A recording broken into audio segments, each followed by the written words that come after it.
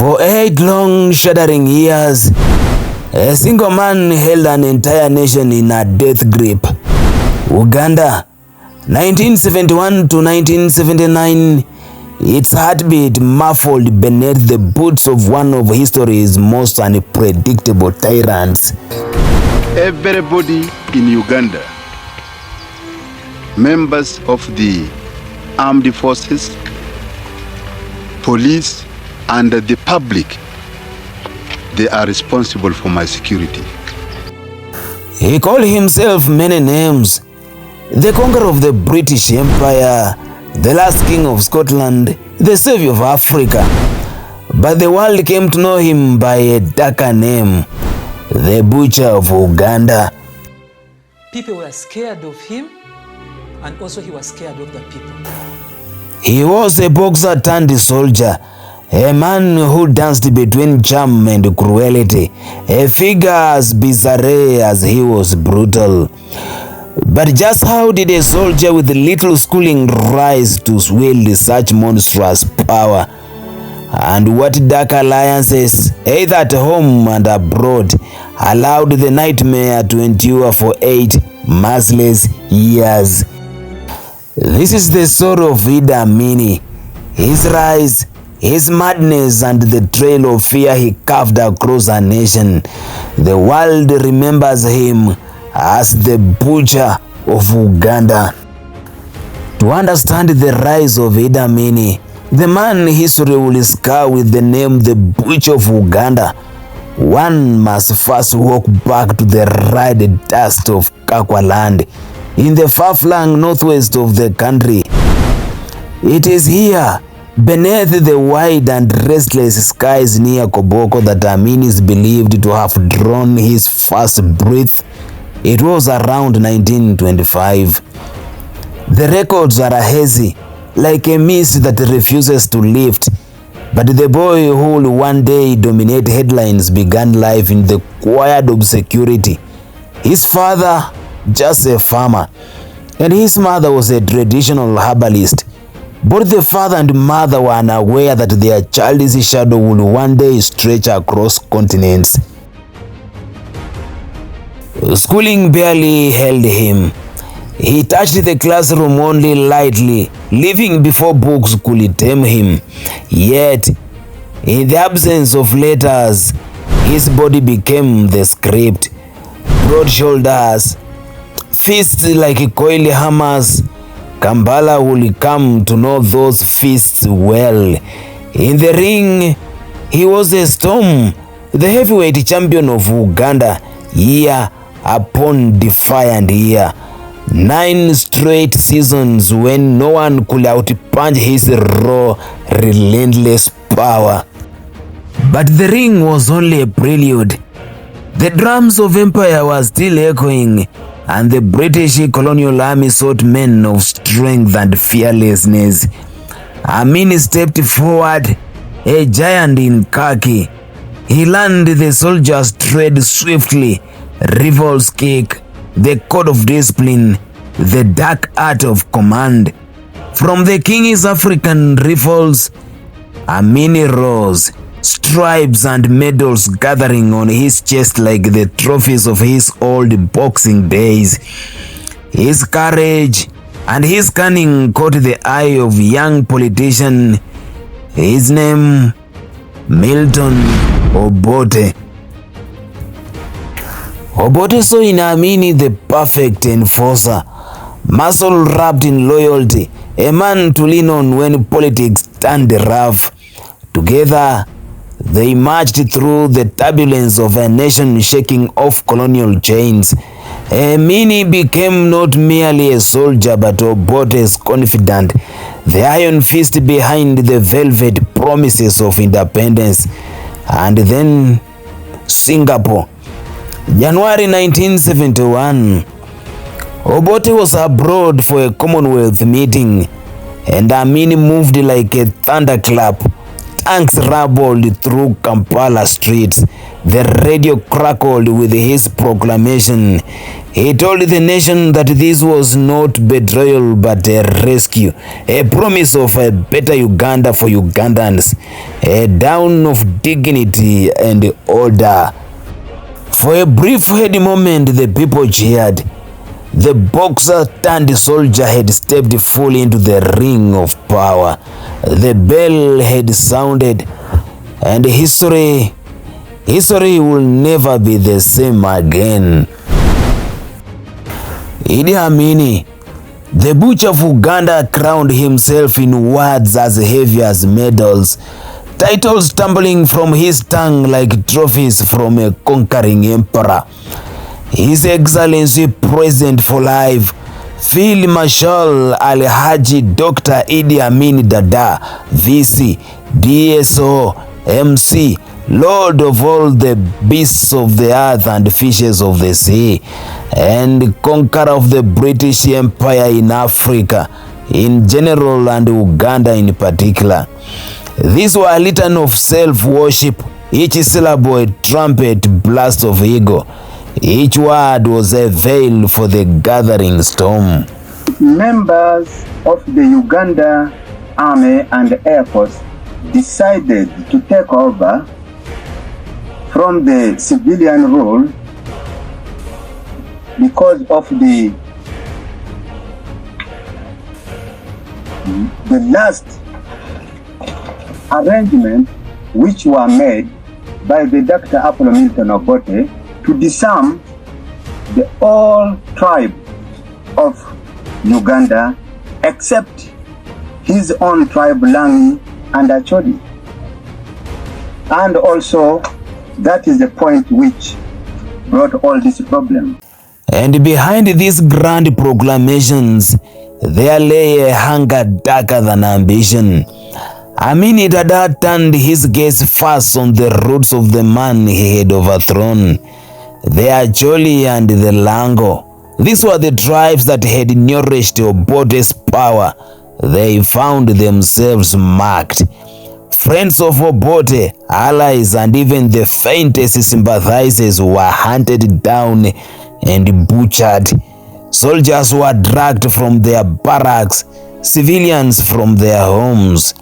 Night after night, the Nile carried the unspoken testimony of his wrath, bodies drifting like forgotten prayers. But the purge did not pause with political foes.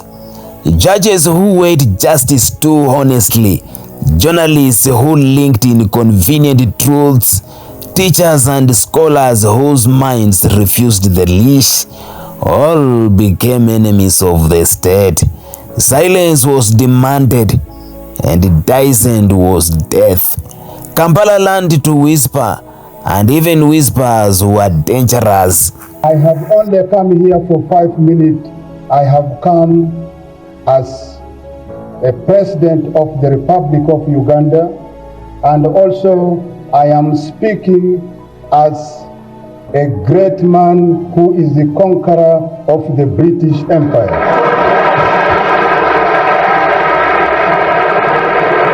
I wanted to confirm to you, I have liberated my country economically, and I am economically strong, and that is why I said I uprooted the British imperialism from Uganda, and Uganda is now pure Africa. 1972, the year that Idi Amin named the economic war.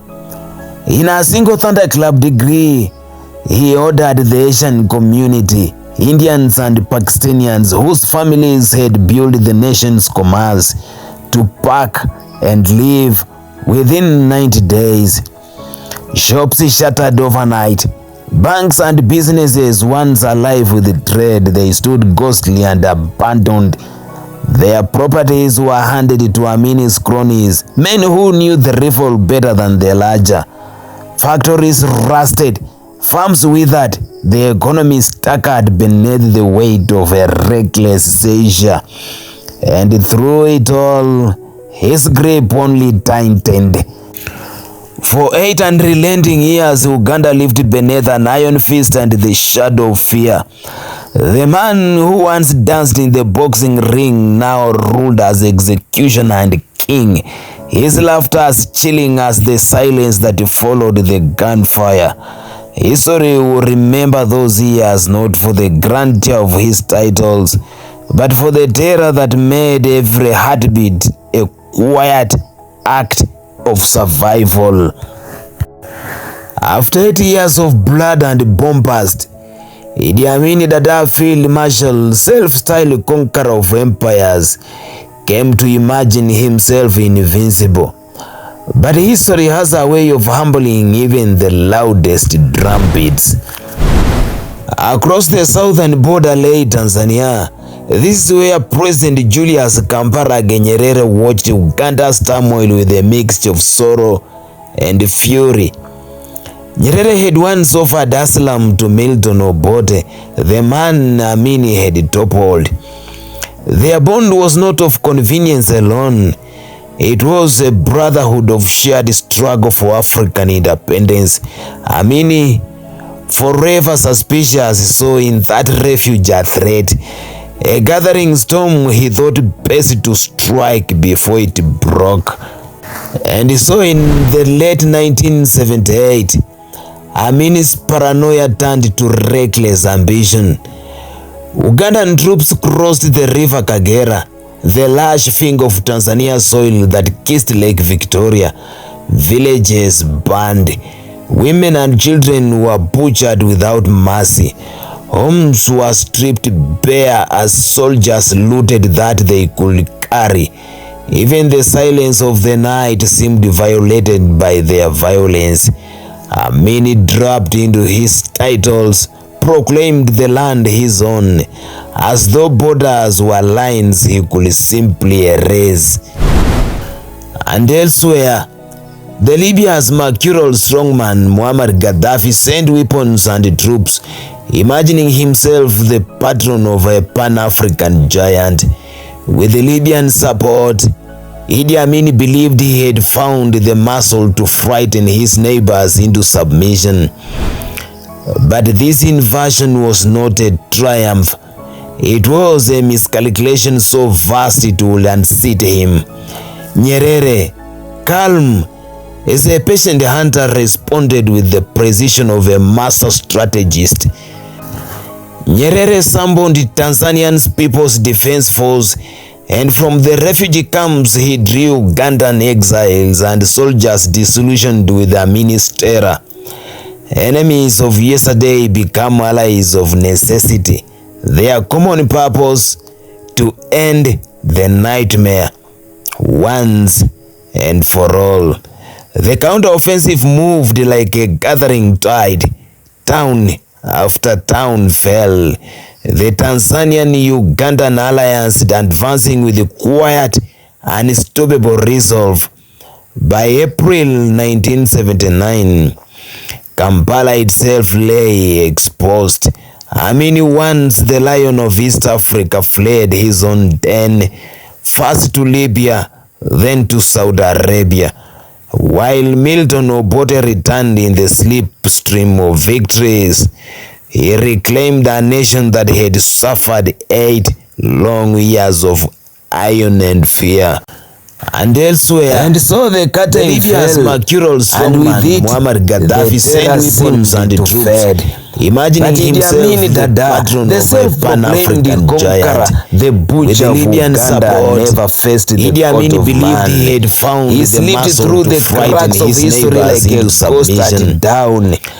From Libya's guarded villas, he drifted to the quiet heat of miscalculation so vast it this is where exile felt less like a punishment and more like a private hunter responded with the precision of a master strategist. Feasted and raised Nyerere summoned Tanzanian stories of the power he once held, and from the refugee camps screams of his Ugandan exiles and soldiers disillusioned with Amin's terror. In August 2003, enemies of yesterday become allies of with the roar of justice. Their common purpose, the hush of a hospital ward, the nightmare, failure, a final breath in for all.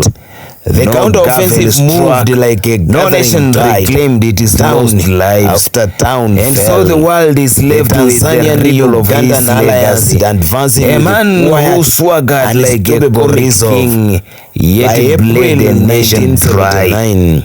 A boxer whose final bout was against memory. I mean, once the lion of East Africa fled his own time, first to Libya, then to Saudi Arabia. This has been Idi Amin, while Milton Obote returned in the slipstream of victory. Lessons, he reclaimed a nation that had suffered so that such darkness years of again finds and fear. This, and elsewhere, this is your professor. The Libya's natural strongman.